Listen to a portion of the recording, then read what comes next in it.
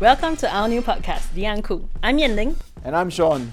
And usually on our usual freelance creative exchange podcast, we talk to professionals about how to supercharge their freelance careers. But after speaking to so many people, we were thinking, how did they get so cool?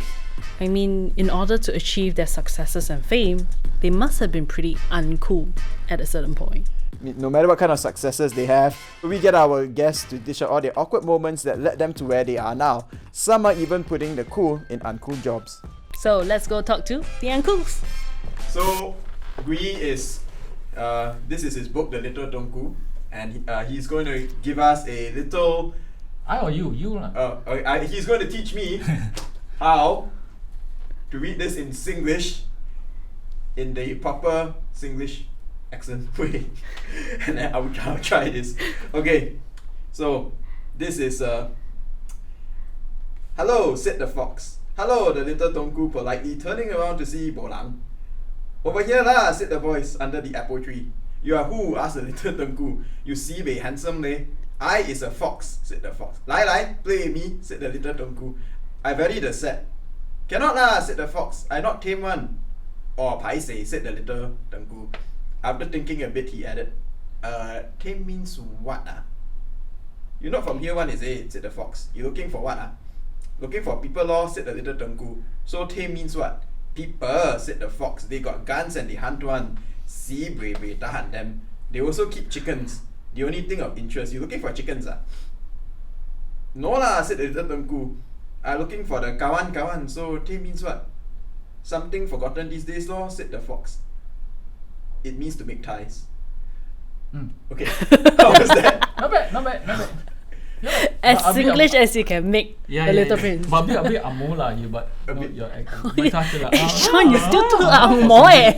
Right, the accent is a bit still. Yeah, you must do the. You're too proper. How you do Okay lah. Okay, this is how I'll do. Yeah. I mean, other people can do other ways. This is the master. No. It's just how I hear the voice in my head. Oh, okay. Then got a fox lie. Hello, said the fox. Hello, the Leeter Tungku politely turning around to see Bolang. Over here lah, said the voice under the apple tree. You are who ah? Said the Leeter Tungku. You see the handsome leh. I is a fox, said the fox. Lai. Play with me, said the Leeter Tungku. I very sad. Cannot lah, said the fox. I not tame one. Oh, paiseh, said the Leeter Tungku. After thinking a bit, he added, tame means what ah? You're not from here one, is it? Said the fox. You looking for what ah? Looking for people lor, said the Leeter Tungku. So tame means what? People ah, said the fox. They got guns, they hunt one. See we bueta hunt them. They also keep chicken. The only thing of interest. You looking for chicken ah? No lah, said the Leeter Tungku. I'm looking for kawan. So tame means what? Something forgotten these days liao, said the fox. It means to make ties. This is how I do it. I can see it's so interesting how Singlish comes along with your intonation. Yeah. Right? It changes it a little bit. Exactly. Yeah. So even if a Singaporean speak proper English, yeah, with the he can speak Singlish one. He or she can speak Singlish one. That's true. It's very interesting also. We have all different styles. My Singlish very angmo. He says, so what's Yanling Singlish? My Singlish comes in everyday. In everyday life. Yeah, you can do the two. You can do the. I speak more in my sounds than with actual words. Yeah. Now also I don't know whether I should feel offended. Say I'm Is it supposed to be? Wait, why is it supposed to be? You're not Singlish enough. No, it's Singlish. It's just that he's more Amor Pie, right? Amor Pie Singlish. No, it's true. I mean, there's a whole range of it. If you go to Chinese-speaking people and the way they speak Singlish, it's also quite different. The intonation is more staccato. Can you imagine? There's different dialects of Singlish. Depends lah. You can code switch within Singlish as well. Yeah, that's true. You know, when I speak to my more Chinese friends, my Singlish also change. That's true. I speak slightly different with my Malay friends as well. Yeah, exactly. Yeah. So you had a PhD from Newtonism in the 18th century poetry. And then you wrote a web series about Singlish. That's a huge leap in subject matter. So how did it happen? There's no connection. The 18th century literature bit deals with one part of myself that has been curious about the relationship between science and literature since I started studying literature, because I came from a science background, and from JC onwards I decided I will actually do literature. I didn't do very well. In fact, in secondary school in ACS I flunked lit. Really, I have the report card to show I flunked lit. But it was interesting, and I took it as a challenge to actually try to understand what is going on. And then when I did literature in the university, I got more and more interested, and I realized that 18th century was the period when things really make the change, when there was this split between science and literature. And I got curious about that. I have a lot of questions, and I thought the PhD would help me answer those questions. I think we are allowed to have different interests, right? And the Singlish bit really came out of the blue. It's just something that has been part of my life for a long time. As a kid growing up, learning in school, speaking it with friends, going to army, and then talking to people in this colloquial speech that we try to hide from others, that we don't want to want us to hear us saying certain things about, and that has always been one layer of my life, and just didn't expect it to become an issue when I was asked to write about Singlish for the New York Times. And so very strangely enough, the controversy at the time with that article kind of threw me into a limelight that I didn't really kind of expect to be in. So you didn't ask for it. It was just like, why is this a big matter? What was the whole controversy about then? Okay, so it's a long story, Sean. Because there's also a backstory. I'm just a regular Singlish speaker like everybody in Singapore. I mean, I think it's pretty normal, right? Yeah. But there are people who are in denial of it. No, really, there are people who are in denial of it. They think that they're not speaking Singlish. When I listen to them telling me they're not speaking Singlish, it is in Singlish. Oh, come but on. That's really worrying. That's really worrying when they don't even know that they're speaking Singlish and they thought they've been using English all along. And that's the advantage I get, I guess, as a language person. And was studied into it. You kind of realize, hey, and also having lived overseas, you kind of realize what is actually only the way we speak English and nobody else in the world. What's the rest of the world speaking? I guess people assume that Singlish is like, you just la and you lay. Yeah, that's right. But there's a lot more to that. Yeah, exactly. There's a lot more to that. The way we phrase things, that nobody else phrases. And then we, for example, like to use the word come, right? I mean, like come. Yeah, no, come, not that come. The kind of festival come dinner. Your local district or your area would have this kind of things, right? Yeah. It's in so many posters. They've said exactly. MP with your MP coming. faces and all that. Yeah, and this is used wrong. I mean, I would say used wrongly, but it's used in a way that's antiquated. People don't use that word in that way in most English-speaking countries anymore. But we still inherit that use from the past, and we use it in a way that's also wrong. I mean, the proper way to use it is to use it with hyphens, but we don't. And so therefore it comes out very awkward. I think if you ask any CNN Ammo who see that word on the banner, they can't but do a second look. As in like, I thought this is a decent country. And I get very amused also when people say, "You go and eat yourself lah." Eat yourself, exactly, eat yourself. Right? I mean, how do you eat yourself? Or you go and die. It's just the funniest. It's just the littlest things that you use every day, right? Yeah, unconsciously. So why then are people so? Why do people then think so uncool? Why are they so offended by it? I think it's two things lah, right? Firstly, is the propaganda level, where we have always been taught that Singlish is bad for English mastery. I mean that if you learn more, speak more Singlish, it will affect your English, and then it will affect our economy, and then we'll all go back to becoming a fishing village again. That's the narrative that's been drunk to us when we were young. So in that sense, people felt like they need to defend this, even though there's very little logical linguistic underpinning to this logic, right? And then the other thing is that people kind of feel they don't understand that their own English competence have not been improved. I mean, we don't actually actively strive to in school at least to, I guess, inculcate enough of the attention to proper grammar and all that. And I think that's the teachers themselves. I'm not sure. I mean, I assume we have very good teachers, but I think if people are not speaking English well after they come out from the school system, don't look to Singlish. There's something about the pedagogy that we might want to look into, right? You don't speak better English by speaking less English. That's not how it works. It's like if I speak less French, it doesn't make me more English. That's not, yeah. You have to learn English properly, right? So I mean, again, there's that thing, but there's basically the distraction that we kind of not see that the real problem lies in elsewhere, and Singlish is actually doing its own thing, So yeah, so that was it, lah. But coming back to the point about the back story to the New York Times issue was that it began, if I remember, from 2015. Why do I remember this? Was because I was supposed to give a talk on the day Lee Kuan Yew passed away at the Lee Kuan Yew School of Public Policy, right? Yeah. On Singlish, Okay. right? And in the morning, I got this contact and said, I contacted them and said that, hey, it's not a good idea. Lee Kuan Yew has passed away. I don't think it's a good idea to have this today.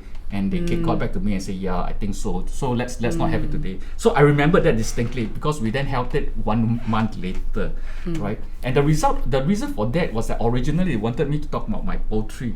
The Lee Kuan Yew School of Public Policy wanted me to talk about me as a poet, what my poetry is about, introduced it to their students, mostly foreigners, and so that at least they get a sense of Singaporean poetry, right? So that was the original plan. But as we got closer to the date, they kind of realized, hey, these people may not even be exposed to Singaporean poetry, so it kind of like putting the cart before the horse. So they said, okay, why not you just focus on one aspect of your poetry that they may be interested in. They said, why not we then talk about one aspect of your poetry, which is Singlish. Say, hey, Singlish is something they must have encountered after a year in Singapore. And so why not we come at that? And I said, yeah, that's a good idea. So I gave that talk on Singlish. That was what that was about, And during that time, during the first time when they did it, they didn't realize how popular the talk is. Now these talks, whenever I do it for Lee Kuan Yew School of Public Policy, it's basically closed doors. But at the time, the first one was open to the public to come, and a lot of people actually came, and it was a surprise interest in the topic. And then someone took a snapshot of my slides, and then it has been circulating without acknowledgement on now Twitter and all the kind, or Instagram and all that kind of things, right? Cannot now. I want my IP rights, but it's been it's circulating, and it has that kind of popularity until today. I still see that popping up, and then people sending it to me and I have to tell them, hey, this is my slide. Why are They say, hey, Gwee, you might be interested in this. Yeah, It's exactly. like, yeah, I wrote this. You can't believe how many times I keep getting this, right? People say, If hey, you got $1 Gwee, every there's time this- you got it. Yeah, hey, Gwee, there's this Singlish translation of the Leeter Prince. Yeah, I'm the translator. I anyway. That's the roundabout thing that happened, lah. So when that talk became quite popular, and Mr. Brown shared the original screenshot, which was taken from somebody else, it went really viral, and because of that, they got me to do the web series. New York Times contacted me and said that, hey, why don't you write something on Singlish? Yeah, and it's really the whole Singlish adventure is made of accidents, one after another. I just take the lead each time, And I just love how it sort of came into sort of the attention of certain people only when it's on an international level. Yeah. You know, the local news was like, eh. Yeah. You know, you can deal with it. And then once it's in the international news, then it becomes an issue. I think Singlish has always been, we don't want other people to hear us speaking Singlish. Yeah. But, you know, of course, every day we speak it every day. Everybody understands Yeah. each other, and And- it doesn't matter. You're right. I think the unfortunate thing also is that I've noticed even in Singapore, the foreigners or the new citizens are the people who are really interested in Singlish, as opposed to the Singaporeans themselves. You know, we kind of felt like, oh, we speak it, we know the grammar, we don't have to know anything. That is fine. You know, if you're on Yeah. that note, I'm fine with it. But if you're on that level that says, no, hey, we have to suppress it. You know, we cannot speak Singlish. We must speak good English, and you tell it to me in Singlish, I get very offended. You know, as in It's which level of Incongruous. subconscious speaking are you at? You know, I don't get it. So what happened was that I think like you got a statement released from the Yes, Prime it's Minister's the- office, Yes, it's secretary from or the something. Press secretary of the Prime Minister. So what was the statement about? And what, I really can't remember now, but it's still on the web. You can still see it. But- It's not really a statement. It's a reply to my article on Singlish, in the New York Times. did it work well for you? I mean, they always say no, bad publicity, no Yes. such thing, right? Yeah, no such thing as Yes, bad I mean- publicity. Yeah, no, but it was bad because for a month after, I mean, when the article came out, of course, I have a number of people with different takes on it, lah. People who either say that, hey, you know, why are you celebrating Singlish, and other people say, hey, this is great, you know, this is something that I can identify with. I mean, and you have a whole range in the middle. But then when the government came in, suddenly some people felt like they need to show their allegiance to the authority. Oh, okay. You know? And so whatever they may think about Singlish, when they originally may not even have any opinion about Singlish, suddenly they have an opinion. You know, and it was quite bad because I needed to hide for 1 month, or rather I just had to keep silent for 1 month, stop myself from saying anything, because there were just all these voices on the internet, and they allow all these opinion voices to come out, and then you have all these funny sudden experts in Singlish or some sudden experts in linguists, even if they have no training in linguistics at all, coming out to say that Singlish is bad for culture in Singapore. So Singlish is bad for the future of Singapore. Then people coming out and say all these sorts of things, and then you can't believe I got a lot of hate mails, that was sent to me. Hate People- mail? Yeah. People. no. Yeah. Yes, I got like hate people mail. I got bother hate to mail. write People who hate come in mail. and say that how dare you undermine my kids' ability to grasp good English. How dare you sabotage Singapore's future? I get that kind of things. But that's not but your you have point, a PhD in language, so that gives you more right than them to comment but at about the Sing- same No, that's the time- point. But that is also the government's point, no? As in, like, I can do it because I am so smart. I have a PhD. But then look at the ordinary people. The ordinary people are not educated. I mean, I feel there's quite a bit of unfortunate looking down on the capabilities of ordinary folk. To say that the ordinary folk cannot do code switching. The ordinary folk can only not speak true. one language. They cannot speak two Oh, languages. right. Then what's the point of bilingualism? The whole point of bilingualism is you are able to speak two languages. Yeah. And as long as you can speak two languages, you can do code switching. Right? Yeah, So that's true. by extension, then you can code switch Singlish and know proper Yeah, but English. we have been taught to say that we cannot. We are taught to say that the ordinary capability is not code switching. We can only speak one good language. I understand. But then you're totally undermining the whole official position that we ought to be bilingual, right? And the whole basis of bilingualism is that you are able to move between languages with certain skill, with certain speed, right? And that is how Singlish came about. Singlish itself is dependent on code switching. If That's true. don't code switch, you will have no Singlish, right? And so Yeah. Singlish That is true. is the premise on it. Yeah, because I remember, just stories from my parents or the older generation, that how it came about was because they were illiterate. They literally Yes. didn't know. They didn't go to school. They didn't study. But they had to communicate, right? They go to Yes. the market, they had to sell their wares, they had to buy stuff, and everyone spoke a different language. Yes. But everyone understood each other. Yes. Yeah. Yes, it's not just about literacy, it's also Yeah. about being able to be friends. with to be neighborly, That's right? true. You have to give a little and take a little. You cannot assert your own language. You have to assume the right of other communities and their languages. And we just, it's just cham cham, it just mix, chapalang, it just, come on, something like. And this is what Singlish is about. It's not just bits and pieces of information. It's the way we formulate friendliness to one another in Singapore. This is the whole. It's a very strong value in Singapore. If you want to talk about kampong spirit, Singlish has to be a strand. What I don't understand is why is this even a debate when you look to other English-speaking countries, and they are not speaking proper English anyway. Yeah, correct. I think we don't have that depth of understanding of how language works. Yes, there is a proper standard language, but when we speak normally, we adjust it according to our listeners. We don't speak high English to a person who is our friend or our family member. We adjust it to a level where it's about our familiarity, right? It's about our ownership of the language, so we can play with it. If something is owned by us, we can play with it. I guess it's about Singapore evolving. I can understand at the time when English was for a large number of people in Singapore a kind of a foreign or new language, right? I guess at one time when we all picked it up in school as a first language, but maybe our grandparents didn't have that. Our parents maybe, but our grandparents definitely didn't have that, right? So in that sense, it's not yet, in a sense, rooted in the culture. But by this time, we have about 50 years of having, this thing in place. And in that sense, most Singaporeans, I think, would think in English. And we have to accept that language has now this level where it is owned.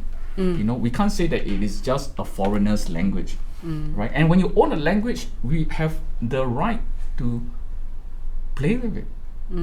Right? I think that's also a reason why poetry is such a big thing in Singapore compared to other Western countries. If you notice, most countries, poetry is actually the minor genre, the minor medium compared to novels. I think Singapore is one of the few countries in the world where poetry is the major literary medium. That's true. Yeah. So on that note, then, is your kind of poetry then? As one of a very prolific poets in this country. No, my poetry is different. In a way. Yes, I did started off playing with Singlish in poetry, and that was in the book Who Wants to Buy a Book of Poems, right? And from that title alone, it's quite Singlish. So when it came out, at the time in the 90s, people don't really care about poetry. And in fact, they were talking about the kind of death of poetry. I remember it was reported in newspaper. So it was part of the inspiration for the book title and also the idea for the book, which is really, I just want to write poems that are fun, talk about ordinary life. And so I started off with humor poetry.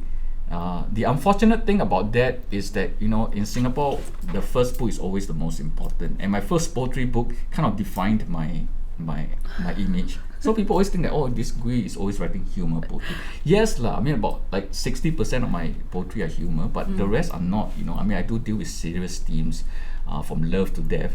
But anyway, I'm entirely fine if you just think of me as a humor poet, because that then keeps me under the radar. So it seems like you were the one who sort of started off this movement in a way.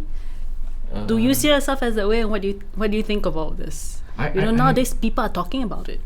Again, as I said, it's a series of coincidences, accidents that's led me to this point, and it's also the help and support. Tintenfass, the German publisher, who decides to test my theory that Singlish is a language by making me translate the books he has rights to.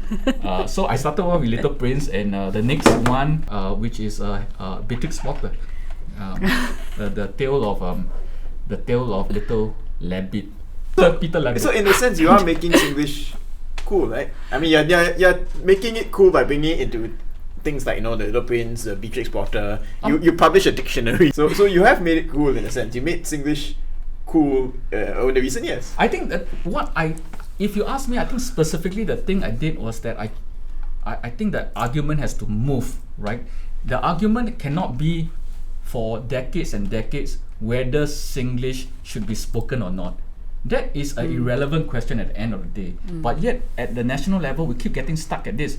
will Singlish destroy my English? Will it's like we can have this conversation for going on forever. There'll be no The only conclusion. way to cut this golden knot and move on is to say that, hey, can someone prove that Singlish is a language? And once you can prove that, the argument is closed. Once you can differentiate the two, and it's actually good for understanding English. If you know that Singlish is a language, then you know when you're speaking Singlish, the things that go into speaking Singlish, and what speaking English really means. You allow people to realize that, hey, all this time I've not been speaking English. The rules of Singlish and all will take time to develop. you know. But right now, I think there's we no have defined. to move. We have to move, right? So if someone pick up this book and you read it and say, hey, it's English, what? Then you're in trouble because it's not in English, it's in Singlish. You know, I mean, Okay. that's what I mean by creating a point where we can finally say that we know what is English and what is Singlish. Once we can firstly acknowledge that Singlish is a language, which is what the translations and all is about, you know, and then we can differentiate between English and Singlish. And once you move on, we can do the thing of acknowledging it as a marker of identity. And, you know, politicians will not feel shy. I was looking at the definitions of how you speak Singlish, and I was like, just speak lah. But I see how important it is, Yeah. you know, in moving it forward, like what you said. It's just really interesting, but it was so tiring to sort of dissect what we use every day unconsciously. Other than language, the other component is the history. And again, I feel like, you know, I have the training in that. I have looked at how language evolves through time, especially the English language. Right? English language at one time did not look like the English we know now. You know, I mean, in fact, if you look at snippets of English across the different centuries, you'll see how it has changed, right? And at the earliest form in the Old English, it looks nothing like current English. You know, it's actually spelled and looked very much like Latin, French, Celtic, and all those other languages, and just chapalang, you know, mixed together. It looks exactly like what Singlish is now. Right now, I think we're at the starting point of something exciting. I mean, I call it a new language, but you know, it has the potential to become what English is today in 800 years' time. So you've studied language, clearly, the history of language, and now when you look at the way a conversation is set, right? You know, people go online and then everybody can become a critic. I'm not trying to be disparaging and cast aspersions on people or on online netizens, but how do you feel as a literary critic that, you know, you've had spent all this time, I got my PhD, and then here you are trying to come here and criticize my work No, about it's fine, because I think a lot of them doesn't know my training. You know, they don't know that I'm a writer as well. So which is fine. I think my problem has always been the different things I do in my life. It's not a problem to me, but it is a problem to people who perceive me. People who know me as a comic artist were very surprised when they learned that I was an academic. People who knew me as a poet are surprised that I was a comic artist. People who now know that I'm Singlish never expected I was all these other things, you see. Because those are, I guess, stages in my life. For other people, they get a job and then they stay at the job for the last 40 years, sorry. Not 400, 40 years or so until they retire. And their life is pretty stable. You know, my point is that, I mean, I didn't ask for it, but I've been thrown into phases of my life. And they're quite often different from each other. And so, for me, I can live with it because that's just life as an adventure. But I think for people who perceive it in part, they may not know the others. So if they make the kind of assumption that they think that I'm speaking off my ass, you know, that's fine for me, because I think that maybe they don't know what I know, what I know about myself. But you know, there are people who just being persistently antagonistic. That's the issue, where they refuse to see the logic, where they refuse to consult the proper sense. Like, for example, there was this guy that I had a discussion with last month.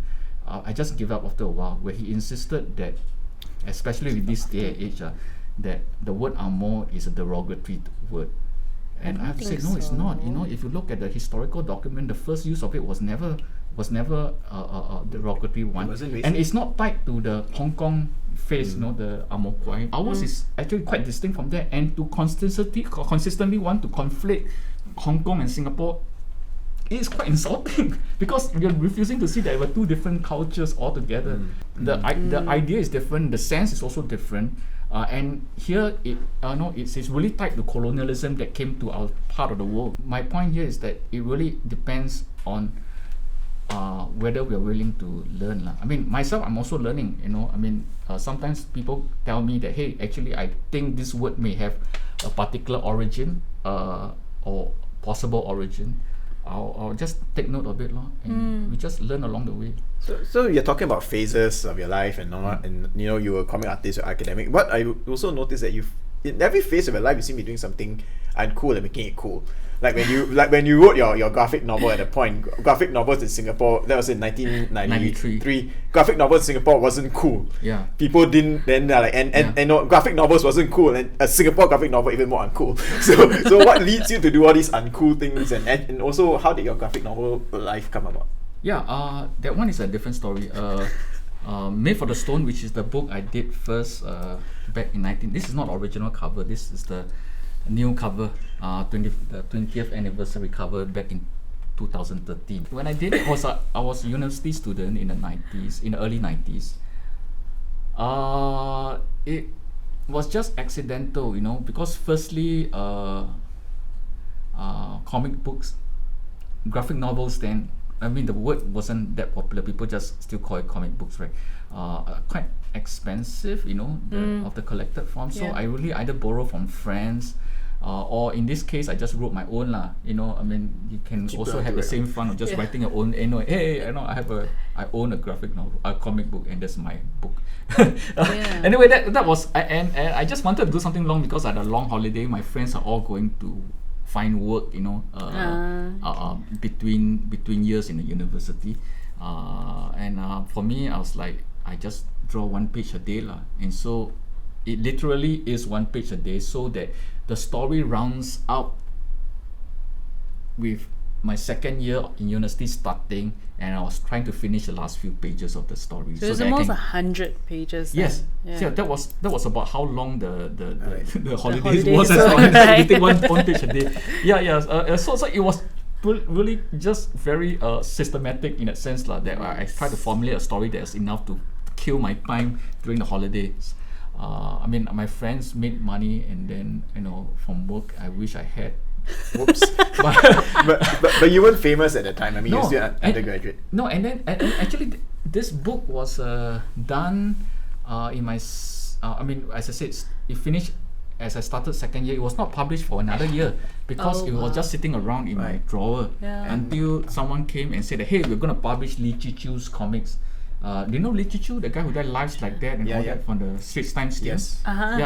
Yes, they wanted to compile his comics, his strips, his comic strips, right? And so there was this publisher, is defunct now at the time, that wanted to do that. And then they said maybe you want to have 2 or 3 titles, So they asked me whether I have something to show, because I did do comics at the time as well, short ones.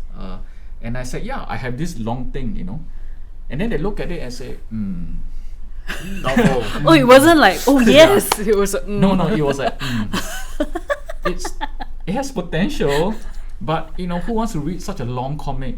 We want something like Lee Chi Chu's comics, because they are short and sweet, and the word they used specifically was evergreen. Evergreen, as in, if you come to this comic 10 years time, you'll still be enjoyable. Understand. Whereas yours, who's gonna pick up and read this whole thing again, right? If someone wants a novel, they will read a novel. They won't want to read a comic book, But you see, for me, I don't know.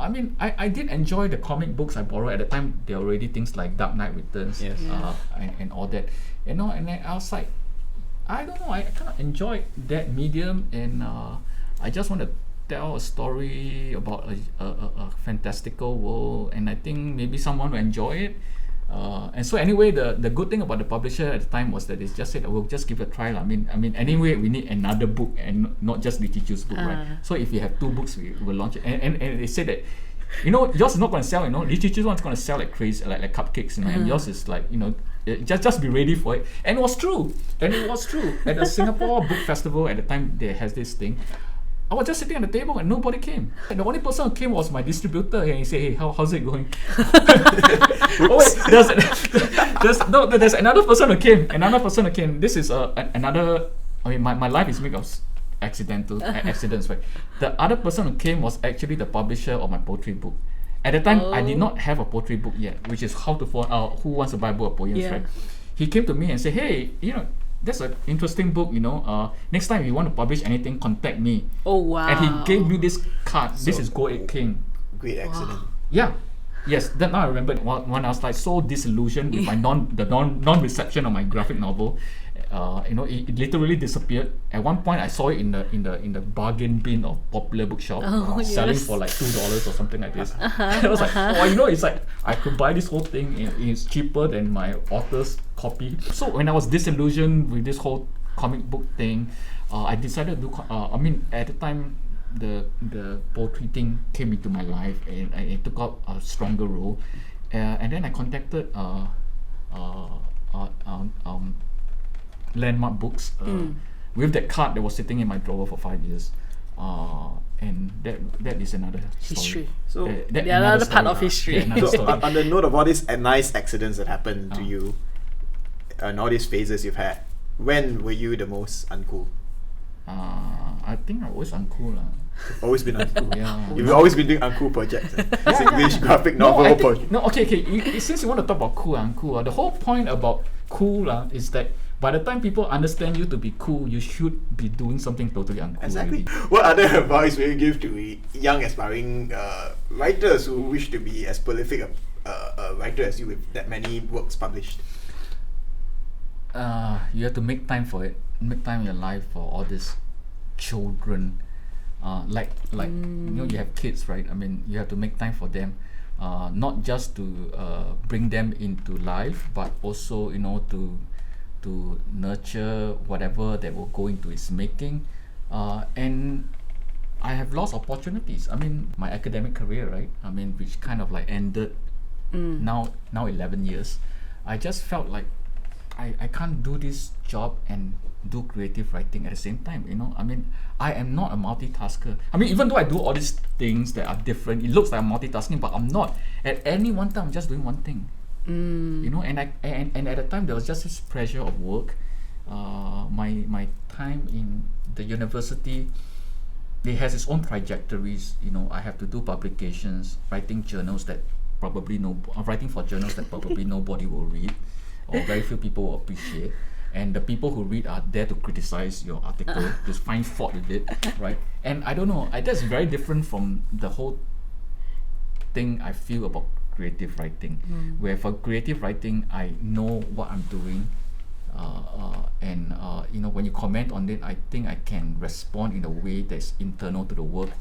The whole thing is different, and then it's also a very time-consuming job, because literally I remember coming to work before the sunrise and leaving after the sunset. So for days I don't see the sun.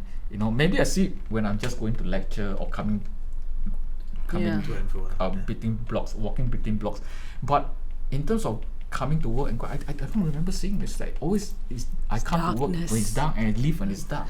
And then I don't think I have any public holidays at all, because I'm still working on my publications and all that. And I don't know. I just felt like it's very consuming, and that's one thing. And if you're an artistic person, you're a creative person, there's always this thing that eats you. And then there's this baby crying out, as in like you're not paying attention to me, especially if you are worse. In my case, because I am academic in literature, precisely the thing that I do, which is writing. And then there's two sides of me. One that want to function as a critic, and the other is to function as the writer who does the thing of the people I'm critiquing. And so it was a lot of conflict in a way. Yeah, a lot of twists and turns I feel inside, and I just need to make it a clean break so that I can just focus on. So each time you go into a new thing is basically, okay, I'm going to focus on this right now, sweep the table clean, the workspace clean, and I'm going to start. And you've done this for 11 years, creative writing. No, actually I've been doing this since uni days. I've been doing His this holidays. for the school. I think that's the problem, you know. I mean, if you know, people don't understand this. In your 20s and when you're young, whatever you do, it's never gonna go away. That's deep. Okay. No, we think that we have. I'm talking so fast about phrases, right? But in a way, some things don't go away. The things you do when you're really young, they are probably the thing that matters to you most, and you don't realize that. You know, you think you can move on. Like, you know, at the time, maybe young, you are like really love photography and all, and then you go on to become something else, and you think that you left that behind. I don't think so. Because at that time, maybe you had more time to think about your passion more than just surviving. Yeah, exactly. And then later on, you kind of have this, you know, feeling about the thing you want to do, and you imagine that when you retire, maybe you'll go back to photography or something like this. That's true. And there was a thinking when I was doing my academic work, as in, like, am I going to wait another 20, 30 years before I do the thing I want to do? You know, by the time I may have run out of ideas, by the time I might be dead. You know, you never know, right? These days. Yeah. So you're saying that you kept yourself motivated all these years because you kept in touch with yourself when you were in your 20s. Yeah, even till today. I think it's the intensity of my 30s that was the problem. I really was like working like crazy, and then I realized at one point, what am I doing all this for? What am I wasting the best years of my life doing? You know, and I'm not sure I'm seeing clarity anymore. You know, of what I wanted. And so originally the idea is just to take a few years break. It's not supposed to last 11 years. It's not supposed to. I was like, okay, what I'll do is I'll save money when I'm still working, right? And after that, this will pay for my subsequent number lifestyle, of years. yeah. And once I dip into my savings, that's the end. That means I cannot survive. Yes. Right. So whatever I do, I have to earn enough for the year in order to let me do the things I want to do. But once I start to dip into my savings, that means I'm not doing it correctly. Right. So that was your indication. Yes. So I gave myself 2 or 3 years lah. And the good thing about this whole thing is also is that lifestyle expectations. For me, I'm a very simple person. I don't spend on a lot of things, and I save whatever I can.